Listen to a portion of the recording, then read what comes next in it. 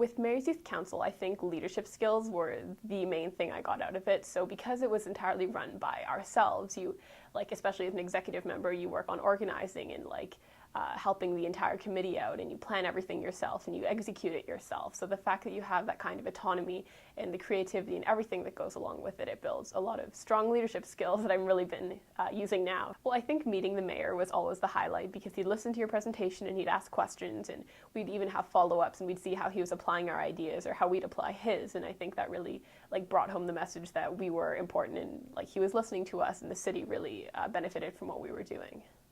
It affected how I am today in so many ways. I mean, a lot of my closest friends were just from meeting people in Youth Central, and it gave you an opportunity to really access your passions and pursue them. So now what I'm doing is almost just an extension of what I started at Youth Central, pursuing my passions to a greater extent and studying them now because I had the opportunity to discover them here and to exercise them and really learn everything about it and how to use my skills.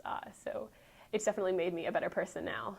I think Youth Central does a really important job in our community because it gets youth involved from the very beginning, because if you wait until youth are adults to involve them, like we do with voting or something, you never know if they will choose to involve themselves. But if you build up that kind of habit when they're young, they'll continue it for the rest of their lives. So Youth Central really does allow youth to build up these habits and contribute to the community from the very beginning, which in the long term, it's great.